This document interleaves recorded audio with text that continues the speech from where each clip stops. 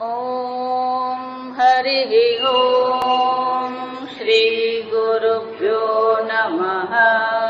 हरिः ॐ अखण्डमण्डलाकारम् व्याप्तं येन चराचरम् तत्पदं दर्शितं येन तस्मै श्रीगुरवे नमः। अज्ञानतिमिरान्धस्य ज्ञानाञ्जनशलाकया चक्षुरुन्मीलितं येन तस्मै श्रीगुरवे नमः। गुरुर्ब्रह्मा गुरुर्विष्णुः गुरुर्देवो महेश्वरः गुरुरेव परं ब्रह्म तस्मै श्रीगुरवे नमः। स्थावरं जङ्गमं व्याप्तं यत्किञ्चित् सचराचरम् तत्पदं दर्शितं येन तस्मै श्रीगुरवे नमः। चिन्मयं व्यापि यत्सर्वं त्रैलोक्यं सचराचरं तत्पदं दर्शितं येन तस्मै श्रीगुरवे नमः।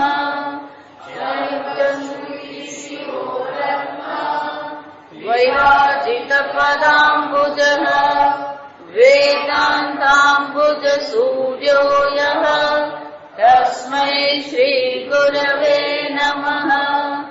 चैतन्यः शाश्वतः शान्तः व्योमातीतो निरञ्जनः बिन्दुनादकलातीतः तस्मै श्रीगुरवे नमः।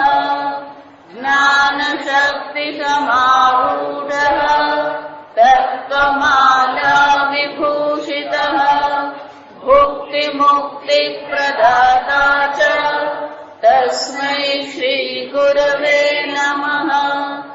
अनेकजन्मसम्प्राप्त कर्मबन्धविदाहिने आत्मज्ञानप्रदानेन तस्मै श्रीगुरवे नमः। पोषणं भवसिन्धुश्च नापनं सारसम्पदः गुरुपादोदकं सम्यक् तस्मै श्रीगुरवे नमः।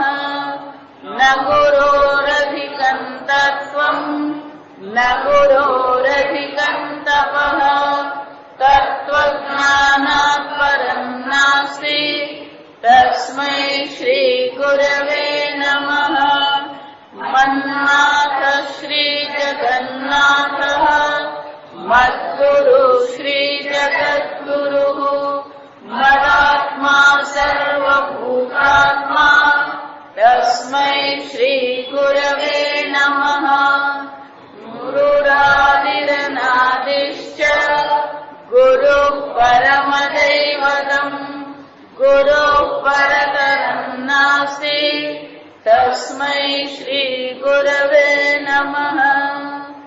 ॐ माता च पिता त्वमेव त्वमेव बन्धुश्च सखा त्वमेव त्वमेव विद्या द्रविणं त्वमेव त्वमेव सर्वं मम देव देव त्वमेव सर्वं मम देव देव।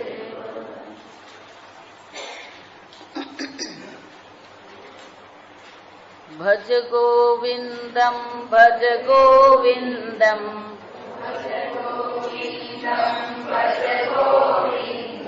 गोविन्दं भज मूढमते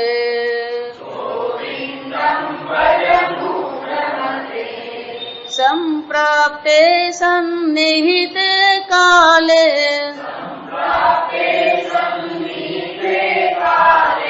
नहि नहि रक्षति दुःकृङ्करणे भज गोविन्दं भज गोविन्दम्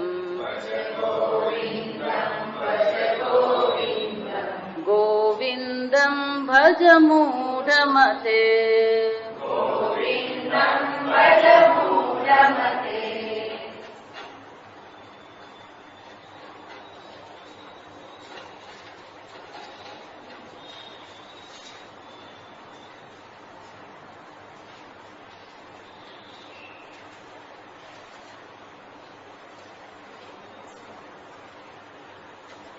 भज गोविंदम भज गोविंदम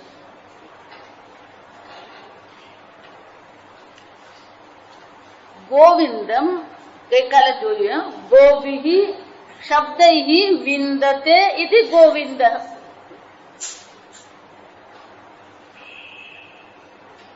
गो शब्दनो बीजो अर्थ थाय वाणी गीरा गो शब्दनो बीजो શું થાય વાણી પરમાત્માની પ્રાપ્તિ કેવી રીતે કરીએ શબ્દ દ્વારા વાણી દ્વારા જ પરમાત્માની પ્રાપ્તિ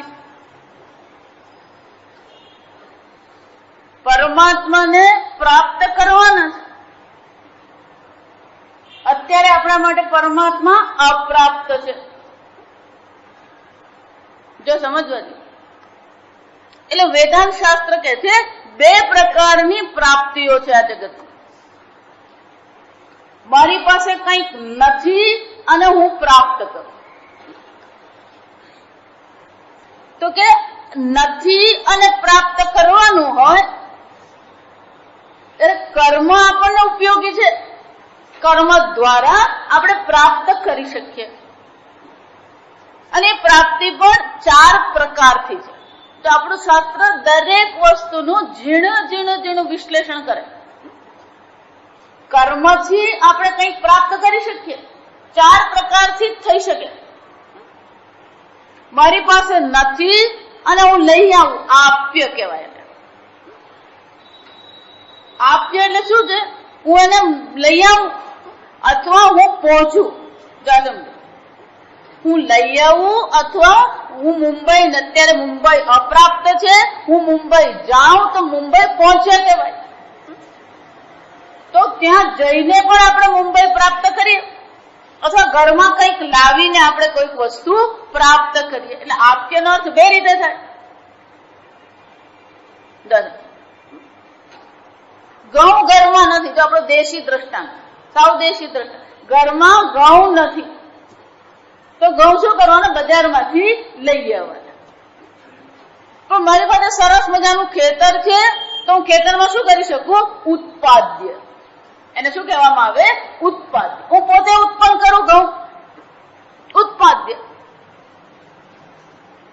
ઉત્પન્ન ઘઉં કરે જેવા ઘઉં છે એવા કામ લાગશે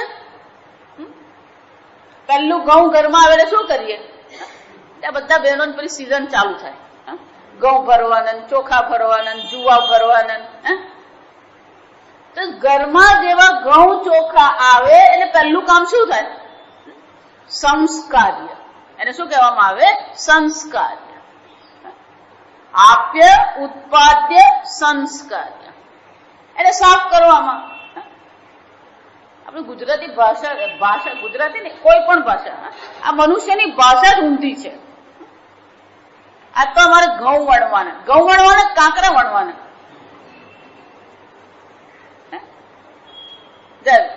આને શું કહેવાય સંસ્કાર પછી એને દિવેલ લગાવે તો જાતનું કરે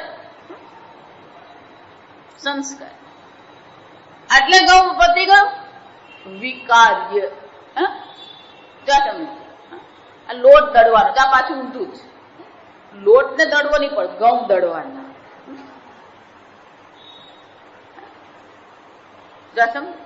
વિકાર્ય આપ્ય ઉત્પાદ્ય સંસ્કાર્ય પછી શું કરવું પડે વિકાર્ય વિકાર્યનું પહેલું પગથિયું કયું છે લોટ તૈયાર કરીએ પછી એને શું કરીએ લોટ બાંધીએ લોટ બાંધ્યા પછી શું કરવાનું વણી બધા વિકાર કહેવાય દળવું, લોટ બાંધવો, વણવું અને શેકવું, આ બધું કયા અંતર્ગત આવે? વિકારની અંતર્ગત. પછી એ ઘઉં આપજો, આવી વિચાર, પછી આપણા માટે ખરેખર પ્રાપ્ત થયું કહેવાય. કેમ? પછી હવે આપણે ખાઈ શકીએ, આપણને ઉપયોગી છે. તો કર્મ 4 પ્રકારથી થાય: આપ્ય, ઉત્પાદ્ય. પરમાત્માને પ્રાપ્ત કરવાના, જો સમજો, પરમાત્માને પ્રાપ્ત કરવાના છે. વેદાંત સિવાય બાકીના બધા ભગવાનને ક્યાં મૂકે છે? ઉપરવાળા. પેલું ગીતે બનાવી દે પાછું ઉપરવાળા. જો ભગવાન ઉપર હોય તો ભગવાન આપ્ય થઈ જાય. ભગવાન ઉપર છે એમ કહે તો ભગવાનને પ્રાપ્ત કરવા પડે. બધા મનુષ્યની મોટામાં મોટી મુશ્કેલી એ છે કે બધા એમ જ માને છે અત્યારે અહીંયા ભગવાન નથી. જો સમજો, અત્યારે અહીંયા ભગવાન નથી. એટલે ભગવાન હવે શું કરવાના? પ્રાપ્ત કરવા. આપ્ય, ભગવાન આપ્ય છે કે ઉપર જવાનું. ગીતામાં ભગવાન કે છે ગમે ત્યાં જશે ખોટા સિક્કાની જેમ પાછો આવવાનો જ છે. ક્ષીણે પુણ્ય મર્ત્ય લોકમ વિશંતિ. વૈકુંઠ લોકમાં જાઓ, કૈલાસ ધામ જાઓ કે અક્ષરધામ જાઓ કે ગોકુલ ધામ જાઓ, આપણને કોઈ બીજા 4 ધામ પણ કોઈ ઉમેરી આપે ને આપણને કોઈ ફરક નહીં પડે. આ સમજમાં, કોઈ પણ લોકમાં ગતિ થઈ તો ત્યાંથી શું થવાની? આ ગતિ. જાતસ્ય હિ ધ્રુવો મૃત્યુ ધ્રુવમ જન્મ મૃતસ્ય. ધારો કે પણ ભગવાનને પ્રાપ્ત કર્યા, વૈકુંઠ લોક પહોંચી ગયા, વૈકુંઠ લોક પહોંચી ગયા, પહોંચી ગયા, ભગવાન મળી ગયા. ભગવાન તો એમના મહેલમાં બેઠા છે, મહેલમાં પાછા દરબારમાં બેઠા. અને ભગવાનનો મહેલ આપણા ઘર જેવો તો હોય નહીં. એટલે મહેલમાં પ્રવેશ દ્વાર ક્યાં છે? પ્રવેશ દ્વાર પહોંચ્યા પછી ભગવાનનો દરબાર ક્યાં છે? 2 કલાક તો દરબાર હોતા જ થાય આપણને કે ઘરમાં એક પેન્સિલ નહીં શોધી રહીએ તો ઉપર જઈને ભગવાનનો મહેલ શોધવા. જો સમજો, મનુષ્યની હાલત જોયે ને, અહીંયા આવશે શબ્દ, શંકરાચાર્ય શબ્દ વાપરે જ છે. આ મનુષ્યની હાલત શું છે? પછી ખબર પડી, ઓહો ત્યાં લક્ષ્મીનારાયણ. જો સમજો, શબ્દ તો હજી કયો છે? ત્યાં લક્ષ્મીનારાયણ બેઠા છે. ત્યાં એટલે ક્યાં? બહુ દૂર છે. એટલે પછી મનમાં શું આવે? આપણી દેશી ભાષામાં તો ચચરાટ થાય. શાનો ચચરાટ થાય? હજી થોડુંક પુણ્ય વધારે કર્યું તમે ભગવાનની બાજુમાં બેસવાનું મળે. પેલો વૈકુંઠ લોકમાં જઈને દુઃખિત થતો હોય. લક્ષ્મીનારાયણ ના દર્શન, હો ધન્ય ધન્ય લક્ષ્મીનારાયણ ના દર્શન. પછી લક્ષ્મીનારાયણ દર્શન કરતા કરતા પેલા લક્ષ્મીજીની સાડી પર નજર જાય એટલે લક્ષ્મીજી શું થઈ ગયા? સમજો, બનારસી સેલું લાગે. જો સમજ, અહીંયા જે હોય ને એ પછી ત્યાં આવે. આ સમજો, આ ઘરેણા અમારા વલ્હાડના ઘરેણા લાગતા નથી.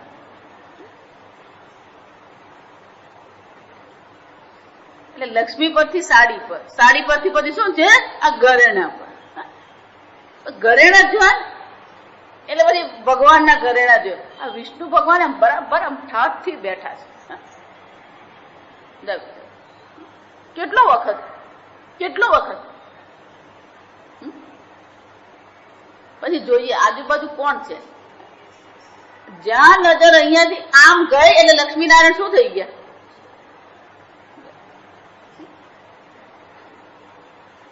પછી ત્યાંથી કંટાળી ગયા એટલે પછી બાજુમાં જુઓ કોણ છે.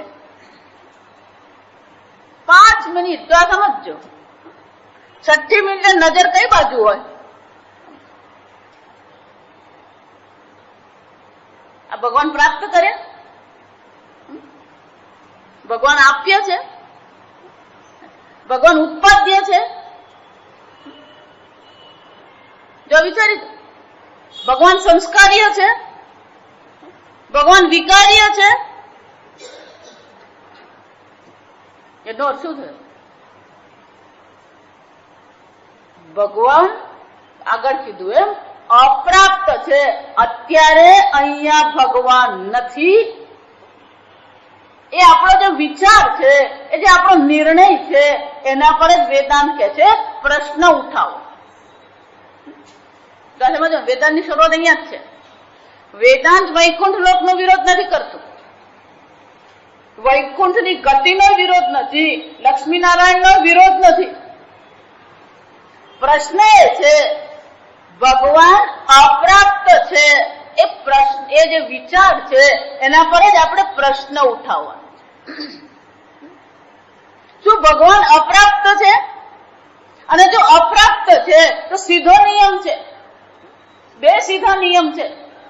જો ભગવાન અપ્રાપ્ત છે તો ભગવાનને પ્રાપ્ત કરવા પડે, પણ જે પ્રાપ્ત થાય એ શું થાય?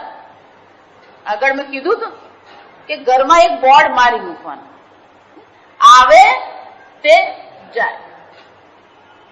ભગવાન પ્રાપ્ત થયા તો ભગવાન પણ શું થવાના? ખૂબ તપશ્ચર્યા કરી, ભગવાને દર્શન આપ્યા, ધન્ય થઈ ગયા. રામજીના દર્શન થયા, ધન્ય થઈ ગયા.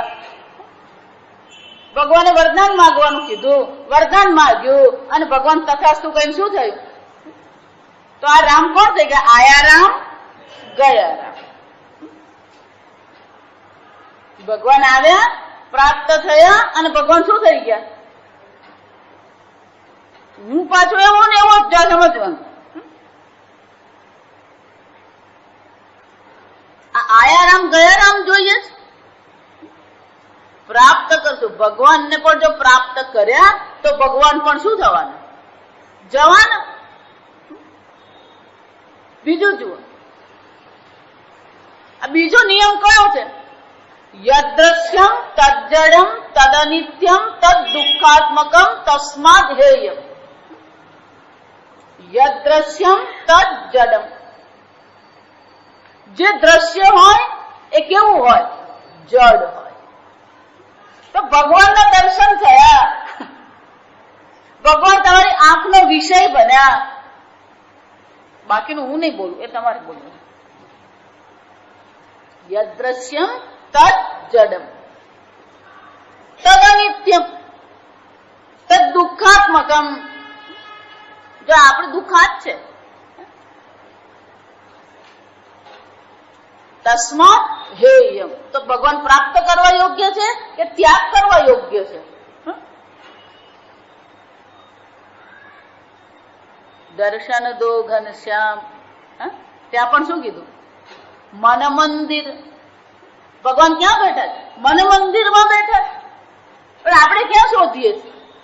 બહાર ભગવાનને શોધી રહ્યા છે, બહાર ભગવાન નહીં મળે. અંતર્બહિષ્ઠ તત્સર્વમ વ્યાપ્ય તિષ્ઠતિ નારાયણ. આ ભગવાન શું છે? અંદર બહાર સર્વને વ્યાપ્ત કરીને બેઠા છે. અને એટલા માટે ભગવાન અપ્રાપ્ત છે એ વિષય, એ ચર્ચા જ ખોટી છે. ભગવાન પ્રાપ્ત કરવાના છે એ વાત જ ખોટી છે. સમજો, ભગવાન પ્રાપ્ત કરવાનો વિષય છે જ નહીં, તો પછી ભગવાન પ્રાપ્ત છે? વિચાર. ઈશ્વર સર્વભૂતાનાં હૃદ્દેશે અર્જુન તિષ્ઠતિ. અર્જુન, તું ક્યાં શોધી રહ્યો છે ઈશ્વરને? સર્વના હૃદયમાં અહમ અહમ તયા સ્ફુરતિર સ્વયં. એ હું તરીકે હૃદયમાં અભિવ્યક્ત થઈ જ રહ્યા છે. પરમાત્માને પ્રાપ્ત કરવાના નથી, છતાં પણ અપ્રાપ્તનો અનુભવ છે. એટલે વેદાંત શું કે? જાણે કે અપ્રાપ્ત છે, ખરેખર અપ્રાપ્ત નથી. મને એવું લાગે છે કે ભગવાન અપ્રાપ્ત છે, અને એટલા માટે ભગવાનને શું કરવાના છે? પ્રાપ્ત કરવાના હોય એવું લાગી રહ્યું છે. તમે આવું બોલો ને, બધું ઊંધું ચપું થઈ જાય. અત્યારે કે પ્રાપ્ત નથી કરવાના, પછી કહો કે પ્રાપ્ત કરવાના છે. એટલે જ કહું, વેદાંતમાં આવે ને તો ચા પીને જાઓ. હવે આખો દિવસ કામ કરીને થાકેલા હોય એમાં પછી આ પ્રાપ્ત ને અપ્રાપ્ત અડધો કલાકથી પ્રાપ્ત ને અપ્રાપ્ત ચાલે ને બુદ્ધિ બિચારી શું થઈ જાય? ઠપ થઈ જાય, શોર્ટ સર્કિટ થઈ જાય બુદ્ધિ.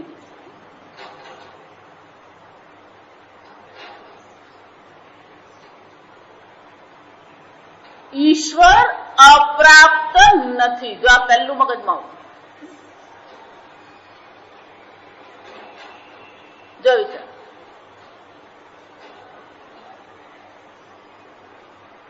ચાવી ખોવાઈ ગઈ. જો બરાબર સાંભળજો, ચાવી ખોવાઈ ગઈ. તો જયારે આપણે એમ કહીએ ચાવી ખોવાઈ ગઈ અને પછી એ ચાવી પ્રકરણ શરૂ થાય. કેટલી વાર કીધું કે આ ખીટી આને માટે બનાવેલી છે? આ ચાવી મૂકવા ખીટી બનાવી. ગમે ત્યાં ચાવી મૂકવા એટલે ચાવી પ્રકરણ કહેવાય આને.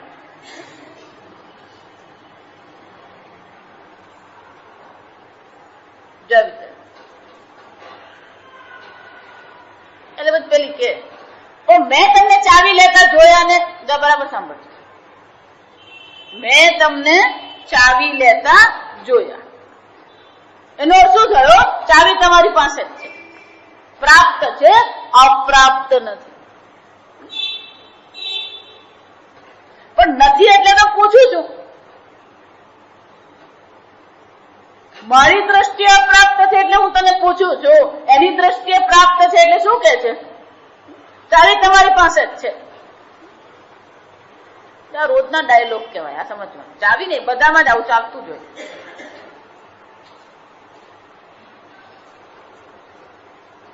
અને હોમ એન્ટરટેનમેન્ટ કહેવાય. શું કહેવાય?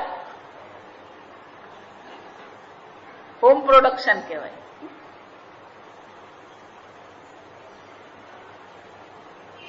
શું વિચાર છે? યાદ નથી, ખબર નથી એટલે શું બની ગયું? અપ્રાપ્ત થઈ ગયું. ચાવી છે આ જો તમારા ખિસ્સામાં. બધી રામાયણ ચાલતી હોય એટલે ઘરમાં પેલો ટાબરિયો હોય, એ બધું ઉભું ઉભું જો. આપણને એમ લાગે કે આ બાળકને કઈ ખબર, એને બધી જ ખબર પડે. આ સમજો, એ 2 વર્ષનું થાય ને ત્યારથી એને બધી જ ખબર પડતી હોય. ફક્ત એને કેમ વ્યક્ત કરવું ને આવડતું નહીં હોય. સમજ એને બધી જ પડે. મમ્મી પપ્પા ઝઘડો કરે, મમ્મી ગુસ્સો કરે, મમ્મી રિસાઈ ગયે, એને બધી જ ખબર પડે. આ ચાવી શોધી રહ્યા છે એ એને ખબર જ હોય કે આ 2 જણા ચાવી શોધે. કારણ કે ચાવી એનું રમકડું છે. જો આ વિચારો, એને કેમ ખબર છે? કે ચાવી એનું શું છે? રમકડું છે. બીજી ચાવી આપો નહીં ચાલે, પપ્પાની ચાવી જ એનું રમકડું. એટલે એ ઊભું ઊભું બધું જ જોતો હોય. એને ખબર પડે આ બંને જણા શું કરી રહ્યા છે. એ શાંતિથી ઉભો. એટલે પછી ઊંચો થાય, નીચો. પેલા પપ્પા પછી શું કરે? પાકા વળીને જોયે, ઊંચેથી જોયે, ત્યાં જોયે ને અહીંયા જોયે. જોયું આ બધું કરવામાં ખિસ્સામાંથી પેલું ચાવીનું કીચેન હોય એ શું થઈ જાય? આમ બહાર લટકે. આ પેલો ઉભો ઉભો જુએ. એટલે પેલો પછી શું કે? પપ્પા તમારા ખિસ્સામાં ચાવી છે. સીધો હાથ ક્યાં જાય? આ ચાવી મળી ગઈ. મળી ગઈ? મળી ગઈ? જા સમજ. ચાવી મળી નથી, મળેલી જ હતી, પ્રાપ્ત જ હતી, ખબર પડી. એનો શું થયો?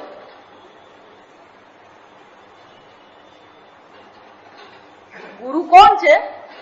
ચાવી ગુરુ કોણ છે?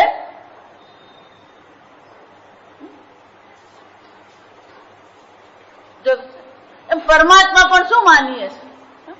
લહર ઢૂંઢે લહર કો, કપડા ઢૂંढे सूत, जीव ढूंढे ब्रह्म को, तीनों ऊत के ऊत.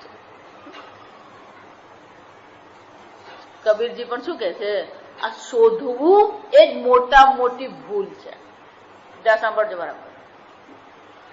પરમાત્માને શોધવું એ જ ભૂલ છે. પરમાત્મા શોધવાનો વિષય છે જ.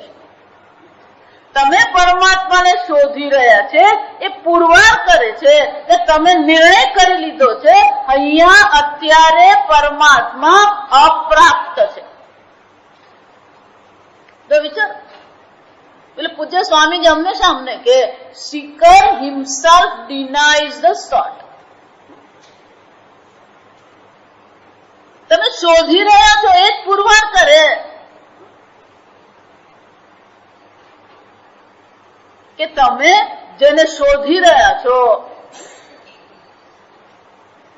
એ બાબતે તમારા મનમાં કોઈ પ્રકારે ગૂંચવણ છે, ગેરસમજ છે, અવિવેક છે. સમજ, એ અવિવેકની નિવૃત્તિ કરવાની છે. એટલે શંકરાચાર્ય શું કહે છે? ભજ ગોવિંદમ, ભજ ગોવિંદમ, ગોવિંદમ ભજ મૂઢ મતે. જો સમજો, મૂઢ મતે. અને મતિ કેવી છે? મૂઢ છે, મોહિત થઈ ગઈ છે. જે છે એને જોતો નથી, જે નથી એ જુએ છે. આ મોહ કોને કહેવાય? મોહ વૈચિત્ય. જે છે એ દેખાતું નથી અને જે નથી એ બધું જ આપણે જોઈએ છે. આને જ મોહ કહેવાય. જો આપણે બધા ભક્તો જે છે એ બધા ભક્તો એક અવાજે કહી રહ્યા છે અહીંયા જે કઈ છે એ સર્વ શું છે? ઈશ્વર માત્ર છે. ઈશાવાસ્ય ઈદગુમ સર્વમ ઈશ્વર સર્વભૂતાનામ હૃદય અર્જુન તિષ્ઠતે અખિલ બ્રહ્માંડમાં એક તું શ્રી હરિ પવન તું પાણી તું ભૂમિ તું. જો વિચાર, પાણીમાં ભગવાન નથી, આ સમજો. વૃક્ષમાં ભગવાન નથી, પવન તું અપ્રાપ્ત છે જ નહીં. અહીંયા જે કઈ છે ઈશ્વર માત્ર જ છે. છતાં આપણે ઈશ્વરને શોધી રહ્યા છે. એ જ દર્શાવે કે આપણી બુદ્ધિમાં, આપણા ખ્યાલમાં, આપણા વિચારમાં જ કઈ દોષ છે. જો અર્જુનની એ જ હાલત હતી. વેદાંત જગત બદલતું નથી. વર્ષોથી હું કહેતી આવી, વેદાંત જગત નહીં બદલે, વેદાંત તમારા શરીરને પણ નહીં બદલે, વેદાંત તમારી પરિસ્થિતિને પણ નહીં બદલે. વેદાંત તમારી દ્રષ્ટિ બદલે. દોષ દ્રષ્ટિમાં છે. જે છે એ તમે જોતા નથી, જે નથી એ તમે જોઈ રહ્યા છો. ઈશ્વર અપ્રાપ્ત છે એ ખ્યાલ જ ખોટો છે. જયારે ખ્યાલ જ ખોટો હોય તો એનું પરિણામ પણ શું હોવાનું હતું? આ ગણિતના દાખલા જેવું જ છે.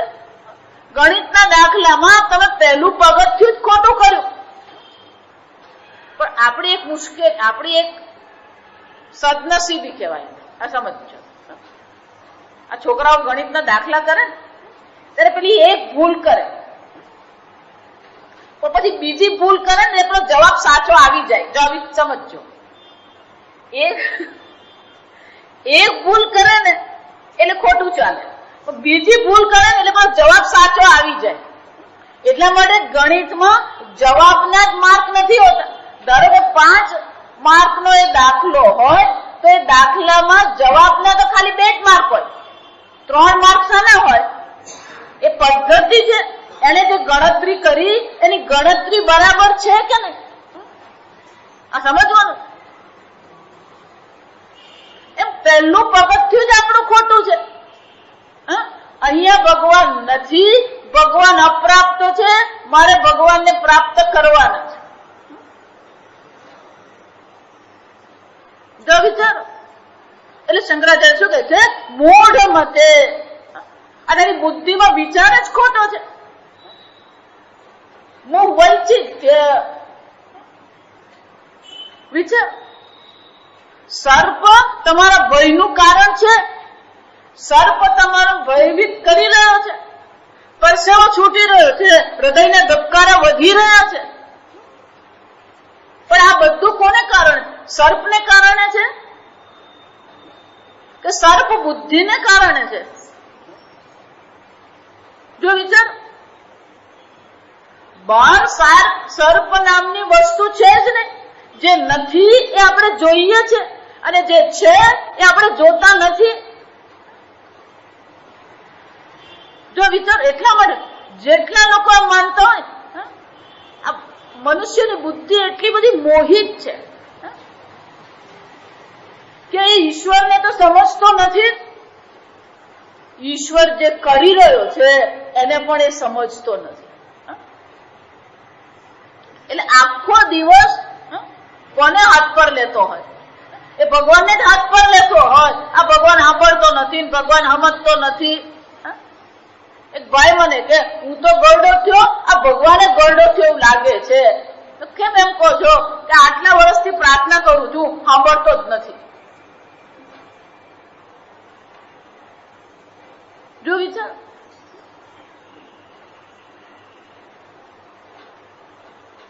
ગરમી ખૂબ પડી, આટલો બધો વરસાદ પડી ગયો, બહુ ત્રાસ થઈ ગયો. હવે તો ભગવાન તમે આ વરસાદ બંધ કરો ને તો સારું. એટલે કોને સલાહ આપે? એ તને પૂછવાનું બાકી રાખેલું. આરામ જ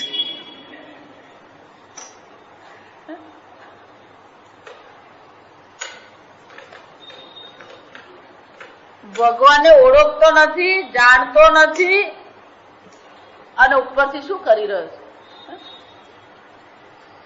જો આ સમજો, જે ગમે જગત ગુરુ જગદીશને તે તણો ખરખરો ખોખર. આખો દિવસ ખરખરો કરતા હોઈએ આપણે, દુઃખિત થતા હોઈએ. આમ કેમ છે ને, આ પેલું કેમ છે ને, આ સફેદ કેમ છે ને, આ લાલ કેમ છે ને, આ કડક ચા કેમ થઈ ગઈ ને, આ નરમ ચા. કડક નહીં પૂછ્યું કે નરમ કહેવાય ભગવાન જાણે. હું ચા પીતી નથી એટલે ખબર પડે ને. કડક નું વિરોધી શું કહેવાય? હા, મોરી ચા. ઠીક ઠીક.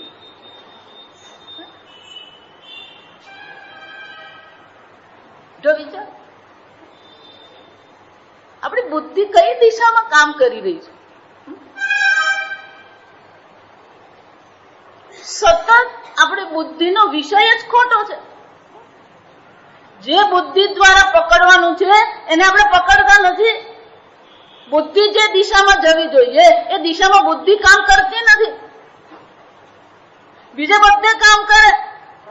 પૈસા કેમ કમાવવા, રસોઈ કેમ કરવી, છોકરીના લગ્ન કેમ કરવા, એ બધામાં એક્સપર્ટ આપણે. પ્રસંગ ઉકેલવું હોય ને શું કહેવાય?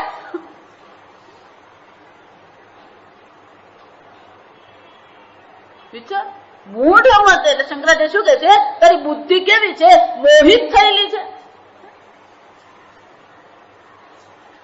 વિચારો, કઈ દિશામાં આપણી બુદ્ધિ આપણે વાપરીએ છીએ?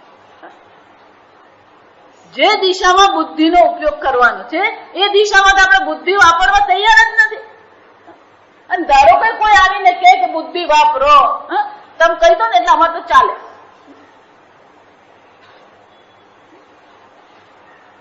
આ શાસ્ત્ર પણ ક્યારે કામ આવે આ સમજો બરાબર. આપણો વિષય છે ગોભિ શબ્દૈ. આ સમજવાનું, વિષય ચૂકી નથી જવાનું. પરમાત્માને પ્રાપ્ત કરવાના છે, પણ આપણે જેટલા પણ સાધનોનો ઉપયોગ કરીએ છીએ એ પરમાત્માની પ્રાપ્તિના સાધનો નથી. શાસ્ત્રમાં બહુ સુંદર પરંપરામાં શ્લોક છે. લોચન વિહીનાભ્યામ દર્પણમ કિમ કરિષ્યતિ. જેની પાસે બે આંખો જ નથી, દર્પણ એનો ઉપયોગી છે? લોચન વિહીનાભ્યામ દર્પણમ કિમ કરિષ્યતિ. બુદ્ધિ વિહીનાભ્યામ શાસ્ત્રમ કિમ કરિષ્યતિ. જો એટલા માટે કહું, ગુરુજી ગમે એટલા જ્ઞાની હોય, અને ગુરુજી ગમે એટલા વૈરાગી હોય, અને ગુરુજી ગમે એટલા સિદ્ધ પુરુષ હોય, પણ આપણી બુદ્ધિના જ ઠેકાણા નહીં હોય તો ગુરુજી આપણા પર કૃપા નહીં કરી શકે. આપણે જેમ માનતા હોય આમ ગુરુજીએ શક્તિપાત કર્યો અને મને આમ જ્ઞાન થઈ ગયું. જ્ઞાન છેવટે તમારી બુદ્ધિમાં થશે. બુદ્ધિ જ વિપરીત છે, મૂઢમતિ.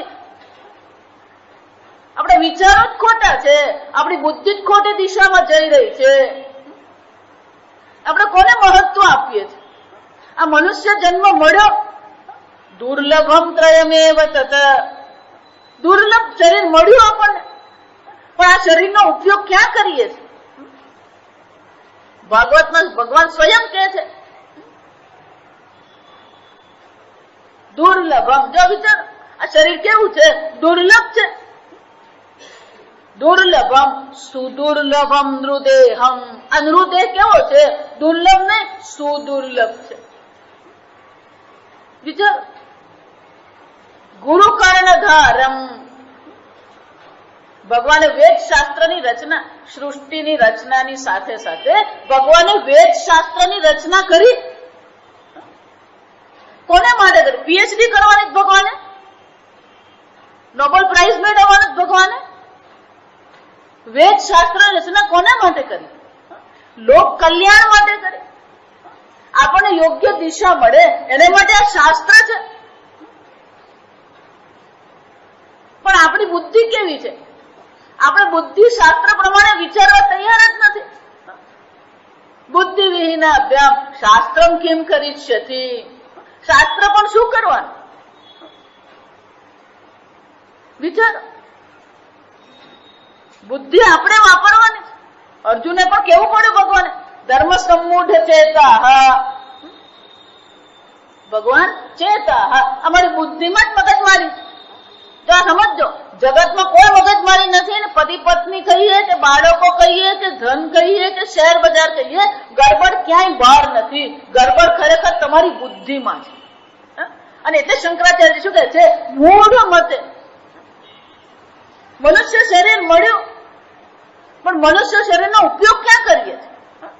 દુર્લભમ સુદુર્લભમ નૃદેહમ ગુરુ કર્ણધારમ. શાસ્ત્ર છે, શાસ્ત્ર અધ્યયન કરાવનાર ગુરુ છે. મયા એ રીતા એના. જો વિચાર, ભગવાન કે છે હું અનુકૂળતા કરી આપું છું. પોમાન ભવાબ્ધિમ ન કરે, પણ જે મનુષ્ય આ ભવસાગર પાર કરવાનો પ્રયત્ન કરતો જ નથી, તો વાંક કોનો છે? કહેવત છે, ઘોડાને તળાવ સુધી તમે લઈ જઈ શકો, પણ પાણી તો કોણે પીવાનું છે? ઘોડાએ પીવાનું. ભગવાન કહે છે કે આ જગતની રચના કરી, આટલે સુંદર જગતની રચના કરી, એ જગતમાં આપણને શું દેખાય? દોષ જ દેખાય છે. આ લીમડો કડવો કેમ છે? કારેલા કડવા કેમ? કડવો એને જ કારેલા કહેવાય. સમજો. આ આમલી ખાટી કેમ છે? ખાટી જો એને જ આમલી કહેવાય. હવે મીઠી આમલી મળે બજારમાં, આ સમજો. મજાક નથી કરતી હું. મીઠી આમલી આખી એને પેલા એની સ્કીન, એની છાલ સાથે, એની કડક છાલ સાથે તમારે એને ખોલીને ખાવાની, મીઠી હોય. જો જગતમાં દોષ દર્શન કરતા રહીએ છીએ આપણે. ભગવાન કહે છે, જો વિચાર, દરેક પોતે સરસ મજાનું ઊંધિયું બનાવ્યું હોય અને તમે જયારે ખાવા બેસો, પછી શું કરો? ના, તેલ વધારે છે, આમાં જરાક હજી મસાલો નાખેલો નથી, આ તો ગરમ મસાલો નાખેલો છે. એનો શું થયો? આપણે બનાવનારને ખાલી હવે હાર્ટ એટેક આવવાનો જ બાકી હોય. આ સમજવા, કારણ કે ઊંધિયું બનાવવું એટલે શું છે? એ 4 કલાકની પ્રક્રિયા છે. બજારમાંથી પાપડી લાવો, પાપડી સમારો, બટાકા લાવો, છોલો, કંદ લાવીને છોલો, મુઠિયાનો લોટ બાંધો, મુઠિયા. આ 4 કલાકની બાપડાએ મહેનત કરી હોય. અને આપણે ખાવા બેસીએ ત્યારે શું કરતા હોઈએ? એટલે કહું, હાર્ટ એટેક જ બાકી રહે. એમ ભગવાને આટલું સુંદર જગત બનાવ્યું, પણ આપણે શું કરી રહ્યા છે?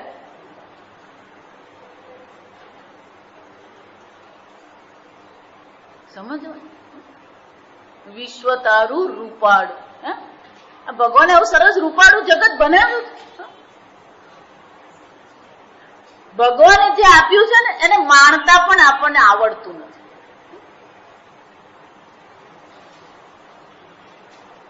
વિચારી જોજો, ભગવાને આપણને જે જગત આપ્યું એ જગતને જો આપણે માણીશું જ નહીં,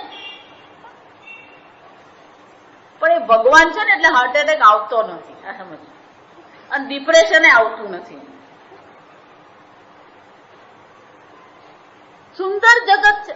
આ શરીર આટલું સુંદર તમને આપ્યું, આ શરીર હોય એ બાબતે પણ આપણા મનમાં તો શું છે? જો વિચારો, આ જગત આપણને આપેલા સંબંધો, આપણને આપેલું શરીર, આપણને આપેલી ઇન્દ્રિયો, મન, બુદ્ધિ, આ બધા પ્રત્યે તમને ફરિયાદ વધારે છે કે સંતોષ વધારે છે? ધારો કે જો તમને લખવામાં, લેસન આપવામાં આવે, આ શરીરમાં તમને કેટલી ફરિયાદ છે અને કેટલો સંતોષ છે? હવે જમા પાસું વધારે હોય કે ઉધાર પાસું વધારે હોય? મારે જવાબ નથી આપવાનો, જવાબ તમારે આપવાનો.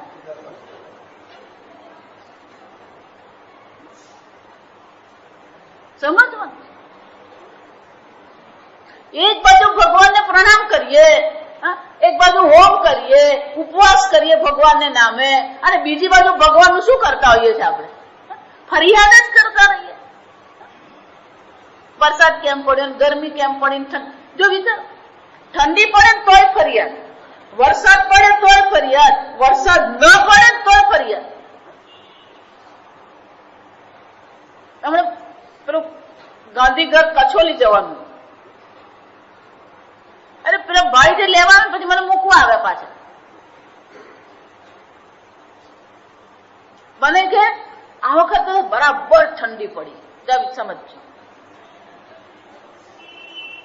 કેમ ઠંડી પડી? એટલા સરસ આંબા ને મોર બેઠા. એક જણ ખુશ છે ઠંડી પડી, પણ બીજો શું છે? આ બધા ભગવાનને ફરિયાદ કરે. ભગવાન કોનું સાંભળે? પેલી કુંભારની કથા છે ને, એ કુંભારને બે દીકરીઓ, એ બંને દીકરીઓના એક સાથે જ લગ્ન થઈ ગયા. માંગા આવે ને બંને દીકરીને શું કર્યું? પરણાવી. હવે એકને કુંભારને ઘેર પરણાવી, બીજી દીકરી ખેડૂતને ઘેર પરણી. દેખો બીજાને પેલો આ બીજો કુંભાર હતો ને, એને એની પત્ની બે જણા એકલા થઈ ગયા. એટલે થોડા દિવસ તો ગમે ને કઈક કરવાનું છે, પેલી બે છોકરીઓ એકદમ જ જતી રહે. એટલે થોડા વખત થાય ને એટલે કોઈ ગામમાં આવતું જતું હોય તો કેવડાવે, બે આવી જશે મળવા. એટલે પછી પેલી એમ કે નહીં બાપા, મારે કામ બહુ છે, અમે તો ઘડા બહુ બનાવવાના છે, હમણાં સમય છે જ નહીં બાપા. પેલી ખેડૂતની ત્યાં ગઈ એને કહે, બેટા આવી જા ને થોડા દિવસ, 2 દિવસ તો રહી જા, મોડું બતાવી જા. ભગવાને નહીં કહીએ મોડું બતાવી જા, જો સમજો.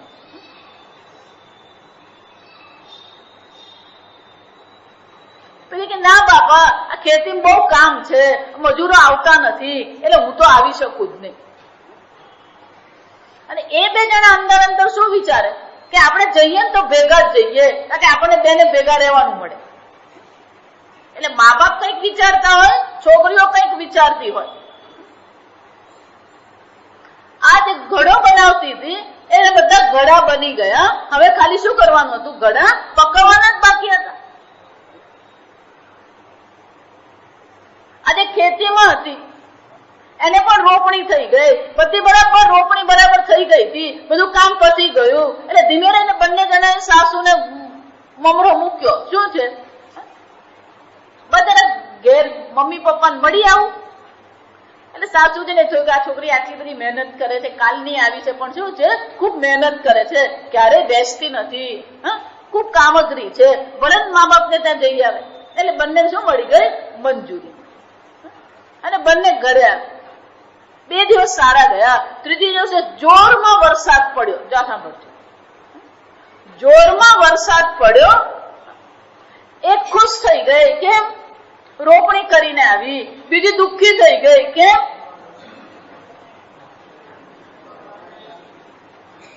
હવે મને કહો, ખેડૂત ભગવાનને શું પ્રાર્થના કરશે? અરે કુંભાર ભગવાનને શું પ્રાર્થના કરશે? વરસાદ નહીં પડે એમ કે તોય ખોટ જ છે, અને વરસાદ પડે એમ કે તો પણ શું છે?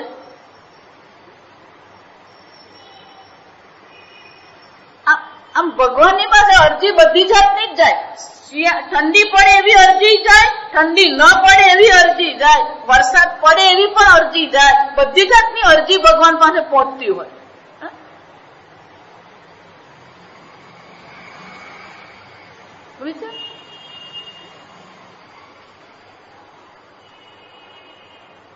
આમ પરમાત્માએ આ સુંદર જગત આપણને આપ્યું છે, પણ એને માણતા પણ આપણને આવડતું નથી. હવે હું રહ્યો, હવે છે, હવે ગુલાબ છે, મૂક ને તું.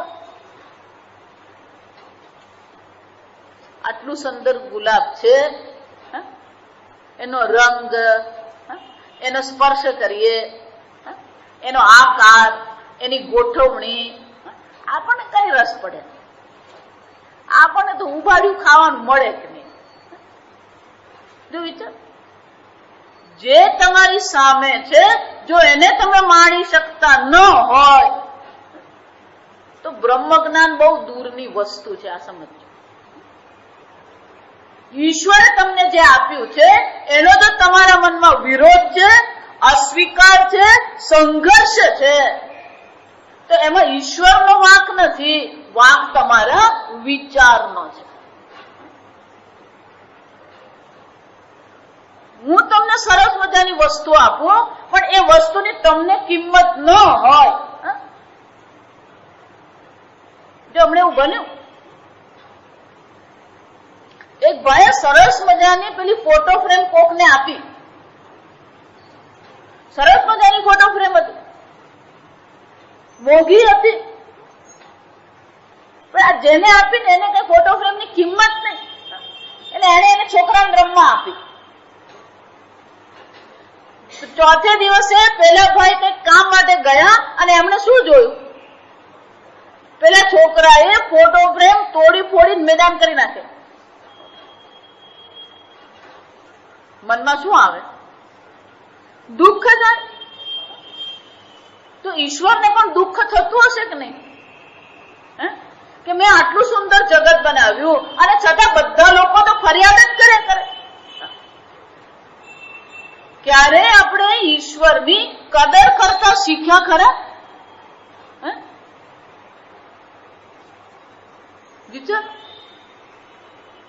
એટલે કહું છું, જે છે એને આપણે સમજવાનો પ્રયત્ન કરતા જ નથી. આટલું સુંદર શરીર આપ્યું, આ આંખ આપી, આંખ કેવી છે? જેનો હોય ને એને નહીં, જેને ન હોય ને એને ખબર પડે. કાન આપ્યા, આપણે સાંભળી શકીએ છીએ. આ જીભ આપી, સ્વાદ ગ્રહણ કરી શકીએ છીએ. મન આપ્યું, લાગણી, ભાવના, પ્રેમ, ઉદારતા. બુદ્ધિ આપી, જેમાં વિચાર છે, વિવેક છે, સંશોધન છે. આમ આ સરસ મજાની ઉપાધિ આપણને આપી, પણ આ ઉપાધિ પ્રત્યે પણ આપણા મનમાં શું હોય? ફરિયાદ છે. આ જગત આપ્યું, જગત પ્રત્યે પણ આપણા મનમાં ફરિયાદની જ ભાવના છે. વિચાર. આમ આ પરમાત્માએ જે આપ્યું છે એને જો તમે સ્વીકારતા ન હોય તો પછી પરમાત્માનો સ્વીકાર કરવો, પરમાત્માને પ્રાપ્ત કરવું અશક્ય છે. એટલા માટે એક બાજુ આપણે ભગવાનને પ્રાર્થના કરીએ છીએ અને બીજી બાજુ ભગવાને જે આપ્યું છે એનો જ આપણે શું કરતા રહીએ? વિરોધ કરતા રહીએ. બુદ્ધિપૂર્વકનું જીવન કોને કહેવાય? 2 માળા કરીને 10,000 રૂપિયા કમાય એ બુદ્ધિપૂર્વકનું જીવન નથી. આ સમજો. આ ભજગોવિંદમ દેખાય છે ને એટલું સરળ નથી. આગળ જઈશું ને એટલે ખબર પડશે. એ પહેલો શ્લોક જે છે ને એની પહેલી પંક્તિ જ મીઠી છે, બાકીનું બધું કડવું જ છે. આ સમજો. આખું ભજગોવિંદમ એટલે કડવું કારેલા જેવું જ છે.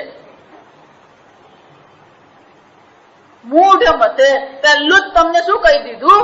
મૂઢ મતે. ભગવાને ગોવાળિયા એટલે ભાષા પછી ગોવાળિયાની જ હોય. આ સમજો. નથી સ્વીકારી શકતા આપણે. બુદ્ધિપૂર્વક નું જીવન કોને કહેવાય? 5 પૈસા કમાયા, બંગલો બનાવ્યો, એ બુદ્ધિપૂર્વક નું જીવન છે? ઓછામાં ઓછા વિરોધથી, ઓછામાં ઓછા સંઘર્ષથી તમે તમારું જીવન જીવો, એને જ બુદ્ધિપૂર્વક નું જીવન કહેવાય.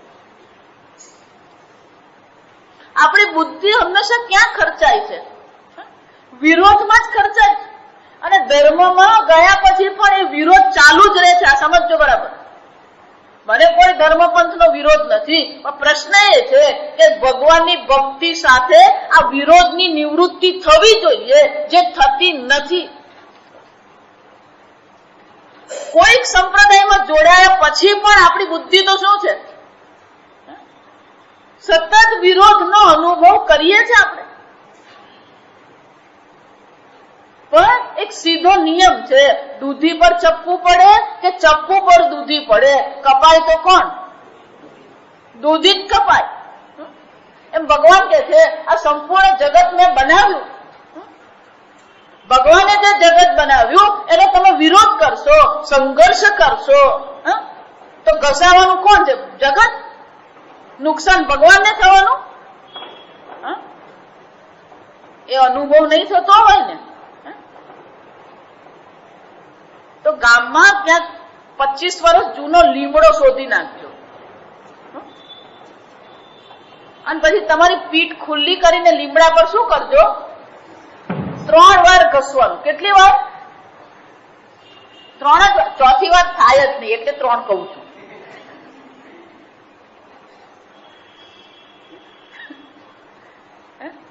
ત્રણ વાર ઘસી જોજો. તમે ઘસો છો, જો સમજો બરાબર. ઘસવાની ક્રિયા કોણે કરી? તો કોણ ઘસાવવું જોઈએ?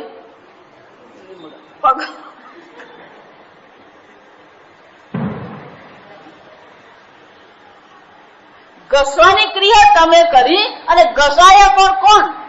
તમે જ ઘસાયા. અને એવા ઘસાયા કે 10 દિવસ સુધી પેલું કપડું આમ કરવું પડે. 2 દાડા તો પહેરાય જ નહીં. આ સમજવાનું. એટલું જ નહીં, પીઠ પર સુવાય પણ નહીં. સમજ? સતત સંઘર્ષમય, સતત વિરોધમય આપણું જીવન છે. અને એટલે શંકરાચાર્યજી કહે છે મૂઢ મતે તારી બુદ્ધિ યોગ્ય વિચાર કરતી નથી, અને એટલા માટે શું થાય છે? આ સંઘર્ષનો અનુભવ છે. આપણે એમ માનીએ છે બસ આ બધું બરાબર હોય, કોઈનું કોઈ બરાબર છે જ નહીં. આ સમજ. પ્રશ્નોપનિષદમાં બહુ સુંદર ચર્ચા છે. પાપેભ્ય અધોલોક પ્રાપ્યતે. બહુ પાપ કર્યા હોય એને અધોલોકની પ્રાપ્તિ થાય. પુણ્યભ્ય ઊર્ધ્વલોકમ ગચ્છન્તિ. જે લોકોએ ખૂબ પુણ્ય કર્યા હોય એ પુણ્ય દ્વારા ઊર્ધ્વલોકમાં એ જાય. પાપ પુણ્યાભ્યામ મનુષ્ય લોકે. પ્રશ્નોપનિષદ જોઈ ગયા આપણે. પાપ અને પુણ્ય લગભગ સરખા હોય ત્યારે જ એને શાની પ્રાપ્તિ થાય? આ મનુષ્ય જીવનની પ્રાપ્તિ. એનો અર્થ શું થાય? પાપ અને પુણ્ય સમાન, લગભગ સમાન છે. જો આ સમજો, સમાન 50-50% નથી. પેલા 45 ને 55% છે. આ તો 40 ને 60% છે. એમાં 60% શું એ મારે નહીં કહેવાનું.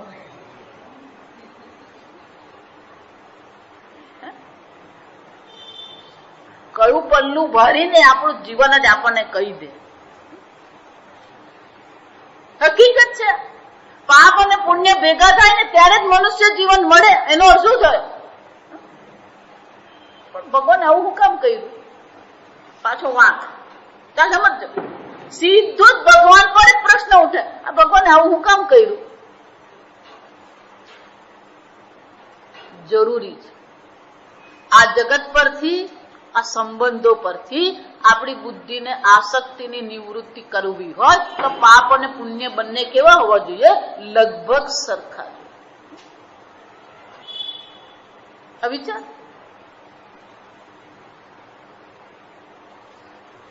સુખ અને દુઃખ કેવા છે? સમાન છે. કોઈ એવું કહી શકે નહીં મારા જીવનમાં માત્ર ને માત્ર દુઃખ છે. કોઈ એવું કહી શકે નહીં મારા જીવનમાં માત્ર ને માત્ર સુખ છે. એટલું જ નહીં, એક દ્રષ્ટિએ જેને સુખ કહો છો એ બીજી દ્રષ્ટિએ શું છે? દુઃખ છે. એક દ્રષ્ટિએ જેને દુઃખ કહો છો બીજી દ્રષ્ટિએ શું છે? સુખ છે. મારું એક દ્રષ્ટાંત જ યાદ રાખવાનું. આપણો મલેરિયાનો તાપ. મલેરિયા થાય આજકાલ ચાલી જ રહ્યો. ખાંસી, ઉધરસ, મલેરિયા આ ચાલી જ રહ્યો. આપણને શું લાગે? મલેરિયાનો તાવ આવે ને એટલે દુઃખ જ કહેવાય. હું કહું એ સુખ પણ કહેવાય. જો સાંભળજો, પહેલું તો નોકરીએ જવાનું જ નહીં.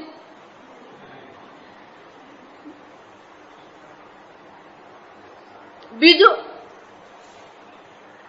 આડોશ પડોશમાં અને નોકરી ધંધામાં જે આપણું હામુય નહીં જોતો હોય એ જયારે આપણે 5 દિવસે જઈએ ત્યારે શું કે છે? કેમ છે ભાઈ, હવે તો બધું બરાબર છે.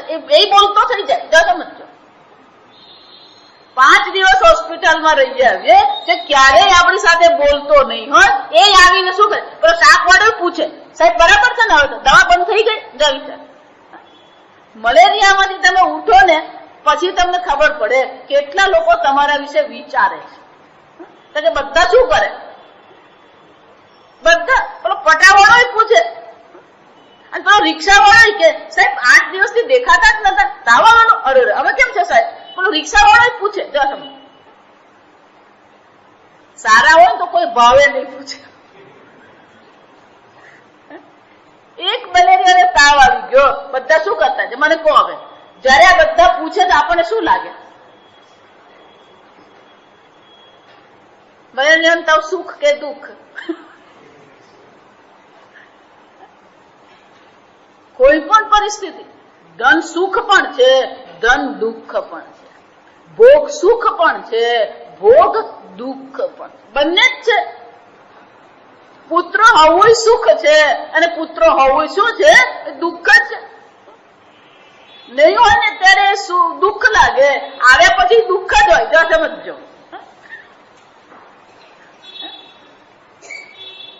એટલે ગુજરાતી બીજી કહેવત કઈ છે? પરણેલો પસ્તાય અને કુંવારો પસ્તાય. પુત્ર ન હોય ને ત્યારે આપણે દુઃખી થતા હોય અને આવ્યા પછી પણ શું છે? સુખી થઈ ગયો હોય. અમારી એક બેન છે, સત્સંગી બેન, છોકરાઓને પરણતા નતા. મને કે બસ 2 છોકરાઓ પરણી જાય, અમારા છોકરો ને છોકરી પરણે પછી તો સ્વામીજી તમારી હાથે જ છું. સમજો, એ પરણી જાય ને, એ પરણી ગયા ને છોકરી જે છે ને એ 6થા ધોરણમાં છે. આ સમજો. પણ હજી હું કહેવાનું છોડતી નથી. એટલે કહું ચાલો ભેગા. ના રે કે આ છોકરીઓ રમવા આવી છે અહીંયા. હવે તો ઘરમાં વહુ આવી ગઈ. હવે શું છે? ને પણ વહુ નોકરી કરે એટલે પોયરાને કોણ રાખે?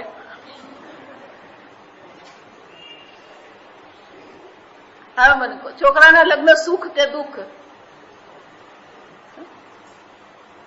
સમજો ને, મૂઢ મતે. આને શું કહેવાય? મૂઢ મતે.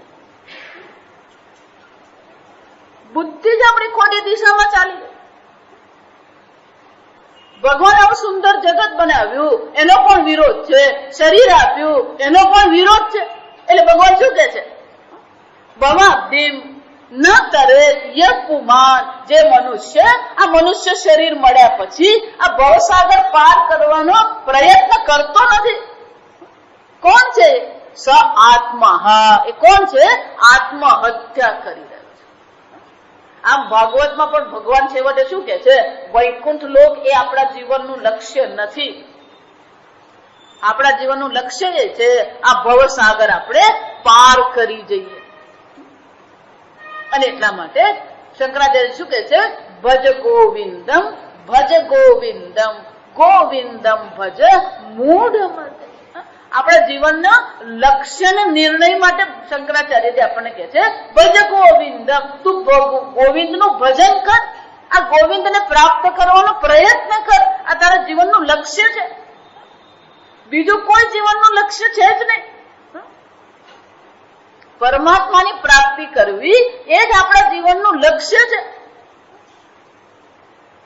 અને એ જ લક્ષ્ય જો આપણું રહ્યું નથી તો પછી આપણે બધા કોણ છે? મૂઢમતી. બીજું બધું જ છે આપણી પાસે. આ કોના જેવી હાલત છે ખબર છે? ઘરમાં શાક છે, શાક સમારીને તૈયાર છે, ચોખા છે, દાળ છે, દહીં છે, લોટ છે, રોટલી લોટ તૈયાર છે, બધું જ તૈયાર છે, પણ ગેસનો બાટલો જ નથી.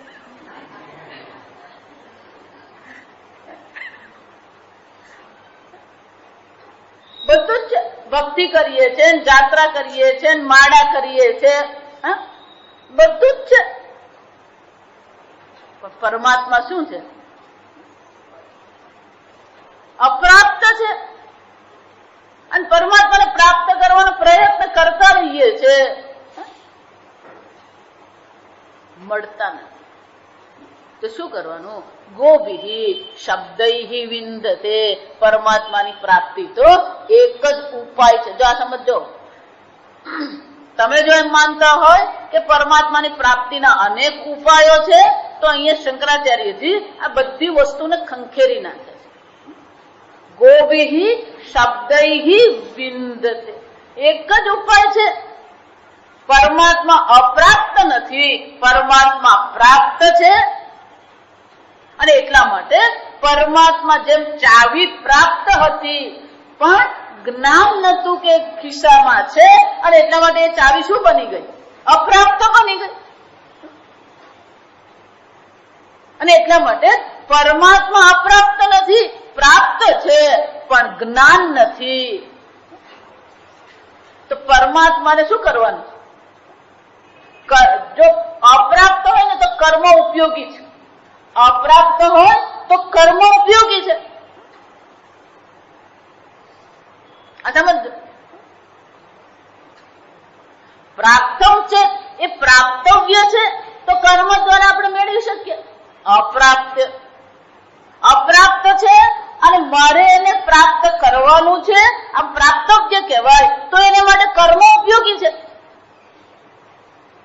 પણ જે પ્રાપ્ત જ છે અને છતાં અપ્રાપ્ત લાગે છે, અપ્રાપ્તમ છે જ્ઞાતવ્યમ. પ્રાપ્ત જ છે છતાં અપ્રાપ્ત લાગે છે તો શું કરવાનું છે? જ્ઞાતવ્યમ. એને જાણવાની જરૂર છે. પેલું સર્પ મને દુઃખી કરે છે પણ સર્પ દ્રષ્ટિ જ ખોટી છે. સર્પની નિવૃત્તિ કરવાની નથી, જગતની નિવૃત્તિ કરવાની નથી. શાની નિવૃત્તિ કર? સર્પની નિવૃત્તિ કરવાની છે. સર્પની નિવૃત્તિ કરવાની છે કે દોરડાને જાણવાનો છે?